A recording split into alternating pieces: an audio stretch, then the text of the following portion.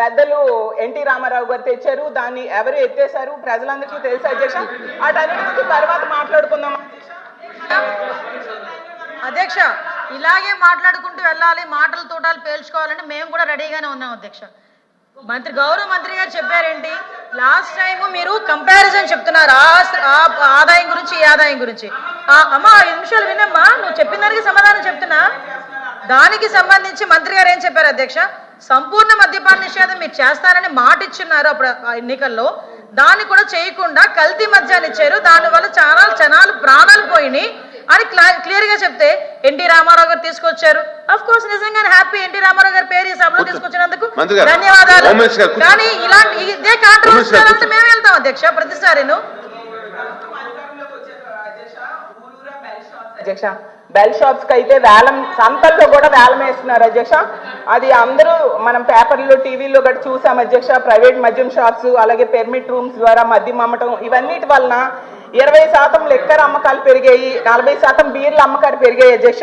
మరి అది సరిపోదన్నట్టుగా ఇప్పుడు కొత్తగా బడ్జెట్ లో 25% అమ్మకాలు పెంచి ఆదాయం పెంచుతామని చెప్తున్నారు. ఎంతకంటే దారుణం ఏమైనా ఉంటుంది అధ్యక్ష? ఇలా అయితే అసలు ఇప్పటికే ఎంతగా డిస్కస్ చేసుకున్నాము, మద్యమే కాకుండా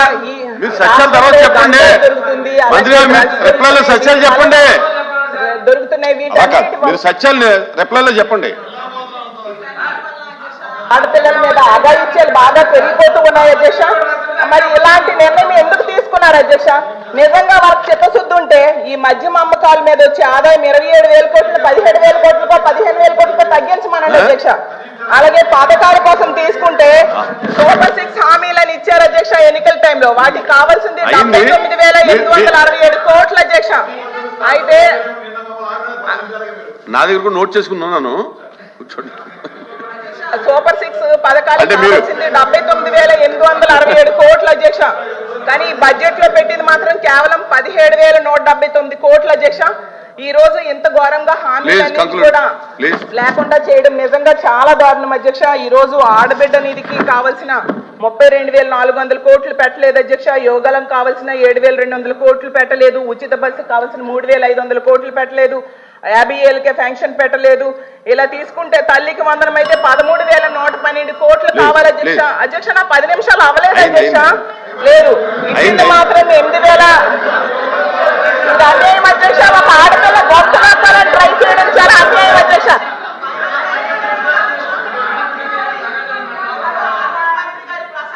మనము చూసుకోవాలి అధ్యక్ష, నిజంగా చాలా దారుణమైన పదజాలం వాడారు అధ్యక్ష. గతంలో ఏ ప్రభుత్వం కూడా ఇలా వాడలేదు అధ్యక్ష.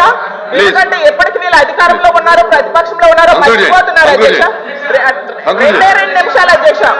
ఏమన్నారు అధ్యక్ష? ఆర్థిక అరాచకముని విధ్వంసము అంటున్నారు అధ్యక్ష. అసలు ఆర్థిక అరాచకం అసలు ఎవరిది అధ్యక్ష? 2 మాటలు అధ్యక్ష. ఒక్క హామీ అమలు చేయకుండా 9 నెలల్లో 135,000 కోట్లు అప్పులు చేసిన ఈ ప్రభుత్వాన్ని ఆర్థిక అరాచకమా? కోవిడ్ లాంటి సమయంలో కూడా ఇంతకంటే తక్కువ అప్పులు చేసి అన్ని హామీలు అమలు చేసిన గత ప్రభుత్వాన్ని ఆర్థిక అరాచకమని నేను అడుగుతున్నాను అధ్యక్ష. ఓటాన్ అకౌంట్ బడ్జెట్ తో 7 లేనట్టుగా 7 నెలలు తీసుకొచ్చి ఈ ప్రభుత్వాన్ని ఆర్థిక అరాచకమా గత ప్రభుత్వాన్ని ఆర్థిక అరాచకమని నేను అడుగుతున్నాను అధ్యక్ష. అలాగే తీసుకుంటే ఇలా ఎన్నో పథకాలకి ఈరోజు ఓట్లు పొడిచారు అధ్యక్ష. అయిపోయింది అధ్యక్ష 2 నిమిషాలు. కాబట్టి మేము కోరుకునేది ఈ రాష్ట్ర ప్రజలు ఏనండి 10 నిమిషాలు అంటే మీరు ఇంటరప్షన్ అవ్వకుండా ఉంటే 10 నిమిషాల్లో క్లోజ్ చేద్దాం. 10 నిమిషాలు అవ్వలేదు అధ్యక్ష.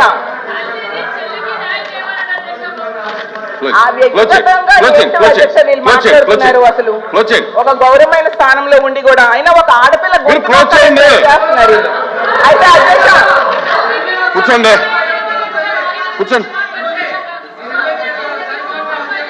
కూర్చోమ్మా మంత్రి గారు, మీరు కూర్చోండి ప్లీజ్.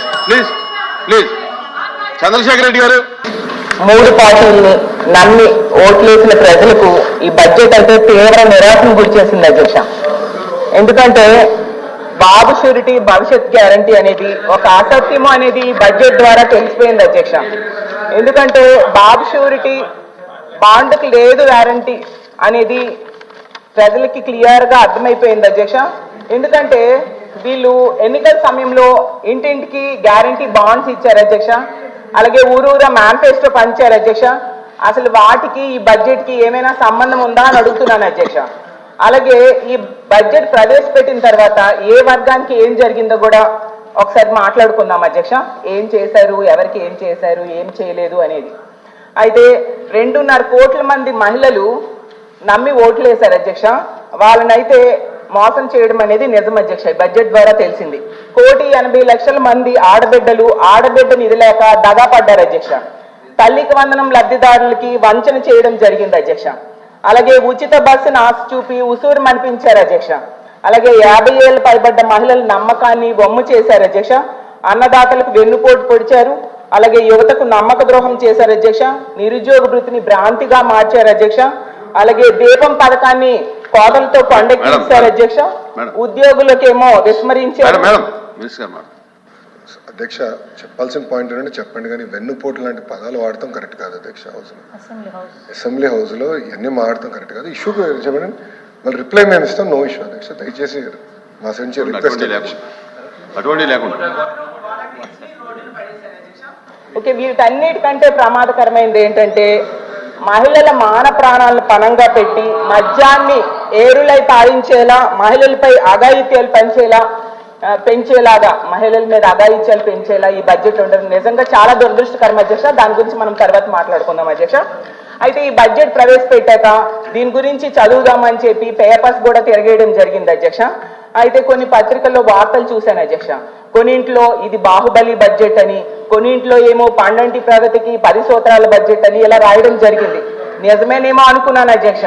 అనుకుని తీరా లోపల చూసేసరికి ఇదేమో బాహుబలి బడ్జెట్ కాదు అధ్యక్ష, కట్టప్ప బడ్జెట్ అధ్యక్ష. ఎందుకంటే ఆ రోజు నమ్మిన బాహుబలిని ఏ విధంగా కట్టప్ప అయితే వెన్నుపోటు పొడిచాడో, నమ్మి ఓట్లేసిన ప్రజలకు మాత్రం ఈ ప్రభుత్వం బడ్జెట్ లో వెన్నుపోటు అయితే పొడిచింది అధ్యక్ష. అలాగే పండంటి ప్రగతికి 10 సూత్రాల బడ్జెట్. సినిమా కథలు చెప్పుకోవాలనుకుంటే ఇది కాదు కదా అధ్యక్ష. కౌన్సిల్ పెద్దల సభలో కూడా ఈ రకంగా మాట్లాడడం ఏంటి అధ్యక్ష? ఎలాగండి? అసెంబ్లీలో రూల్ కాదు అధ్యక్ష, ఇది పెద్దల సభ అధ్యక్ష. అధ్యక్ష, ఇప్పుడు వాళ్ళు ఎవరో తప్పు చేశారు, లేకపోతే ఏదైనా మనం తప్పు చేయక్కర్లా, మనం కట్టగలండి అధ్యక్ష. ఇది పెద్దల సభ అధ్యక్ష. పెద్దల సభ గౌరవంగా మాట్లాడుకోవాలి. ఇప్పుడు వాళ్ళు చూసుకుంటారు, అక్కడ స్పీకర్ గారు చూసుకుంటారు, వాళ్ళు చూసుకుంటారు.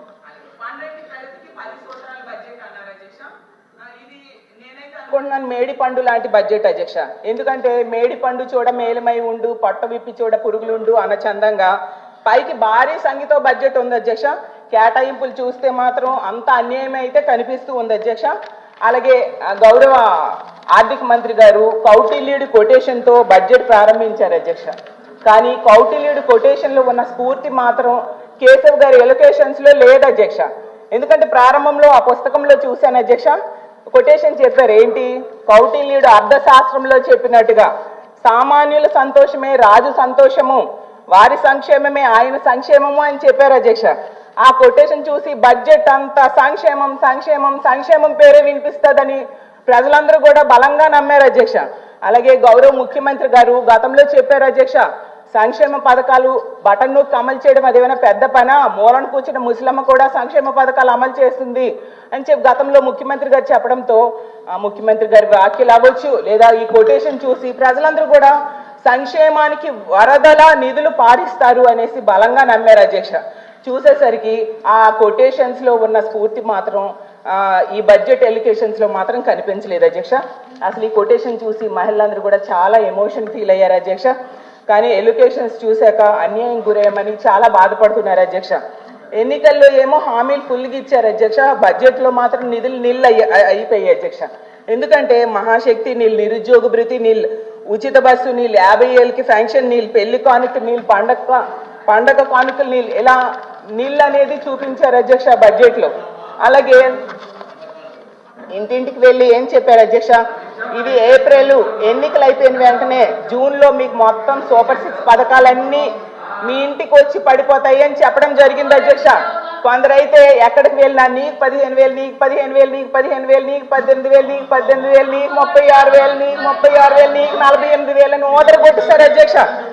యాడ్స్ లో అయితే అధ్యక్ష వచ్చేది బాబే ఇచ్చేది బాబే, వచ్చేది బాబే ఇచ్చేది బాబే, వచ్చేది బాబే ఇచ్చేది బాబే ప్రచారం చేశారు అధ్యక్ష. బాబు గారు వచ్చారు అధ్యక్ష, 9 నెలలు అయింది అధ్యక్ష. ఏమి ఇచ్చారు అధ్యక్ష?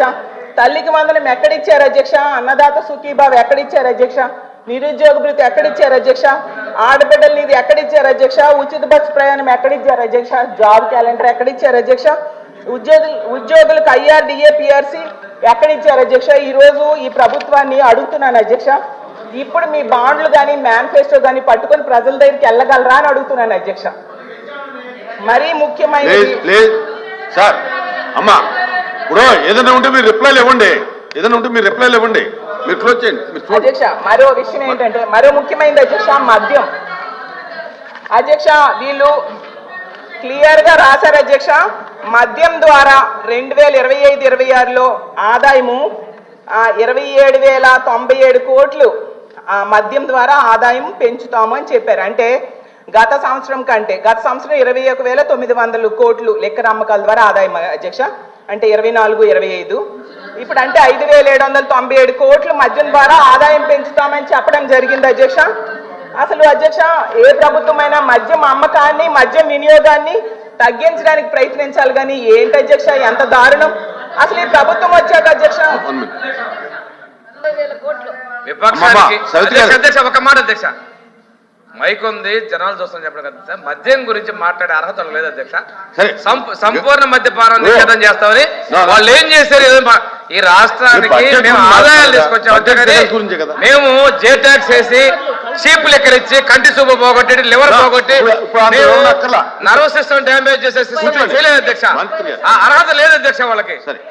రేపు చెప్పండి అర్హత మాట్లాడాలంటే చాలా మాట్లాడవచ్చు. సంపూర్ణ మద్యపాన నిషేధం